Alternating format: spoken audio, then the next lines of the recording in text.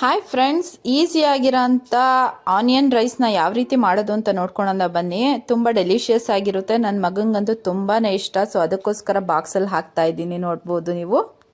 ಮೊದಲಿಗೆ ನಾವು ಅನ್ನ ಮಾಡ್ತೀವಲ್ಲ, ಅಕ್ಕಿನ 2 ಗ್ಲಾಸ್ ತೊಗೊಂಡಿದ್ದೀನಿ. ಓವರ್ ನೈಟ್ ನೆನೆಸಿರೋಂಥ ಬಟಾಣಿ ತೊಗೊಂಡಿದ್ದೀನಿ. ನಿಮ್ಮ ಹತ್ರ ಹಸಿ ಬಟಾಣಿ ಇದ್ದರೆ ಡೈರೆಕ್ಟ್ ನಾವು ಕುಕ್ಕರ್ ಅಂದರೆ ನಾವು ಬಾಣಲಿಲಿ ಮಾಡ್ತೀವಲ್ಲ, ನೆಕ್ಸ್ಟ್ ಪ್ರೊಸೀಜ್ ಆ ಥರ ಮಾಡ್ಕೋಬೋದು. ಈ ರೀತಿ ಅನ್ನನ ಮಾಡ್ಕೋಬೇಕು. 1 ಗ್ಲಾಸ್ ಅಕ್ಕಿಗೆ 2 ಗ್ಲಾಸ್ ಅಷ್ಟು ನೀರು ಹಾಕ್ಕೊಂಡು, ನಂತರ ಒಂದು ಕಡಾಯಲ್ಲಿ ಎಣ್ಣೆ ಮತ್ತು ಸಾಸಿವೆ ಜೀರಿಗೆ ಹಾಕ್ಕೋಬೇಕು. ಅದೆಲ್ಲ ಸಿಡ್ದಾದ್ಮೇಲೆ 2 ರಿಂದ 3 ಈರುಳ್ಳಿ ಹಾಕ್ಕೋಬೇಕು. ಈರುಳ್ಳಿ ಸ್ವಲ್ಪ ಜಾಸ್ತಿ ಇರಬೇಕು. ಅದಾದಮೇಲೆ ಒಂದು 5 ಹಸಿಮೆಣಸಿನಕಾಯಿ ಹಾಕ್ಕೋಬೇಕು.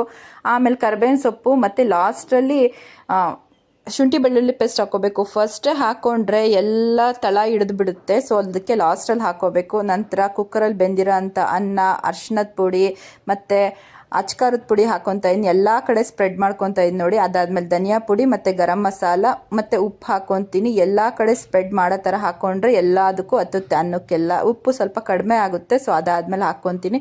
ನಂತರ ಪುದೀನ ಮತ್ತು ಕೊತ್ತಂಬರಿ ಸೊಪ್ಪು ಹಾಕ್ಕೊತೀನಿ. ಇದನ್ನು ಮಿಕ್ಸ್ ಮಾಡ್ಕೊತೀನಿ. ಮುದ್ದೆ ಹಾಕ್ದಂಗೆ ಮಿಕ್ಸ್ ಮಾಡ್ಕೋಬೇಕು. ಸೊ ಇವಾಗ ಮಿಕ್ಸ್ ಮಾಡ್ಕೊಂಡಿದ್ದಾಗಿದೆ. ಆಫ್ ಮಾಡಿಬಿಟ್ಟು ಇವಾಗ 1 ನಿಂಬೆಹಣ್ಣು ಹಾಕ್ಕೊತೀನಿ. 1 ಹೋಳಲ್ಲ, 1 ನಿಂಬೆಹಣ್ಣು ಫುಲ್ ಹಾಕ್ಕೊತೀನಿ. ಅದಾದ್ಮೇಲೆ ಮಿಕ್ಸ್ ಮಾಡಿದ್ರೆ ರೆಡಿ.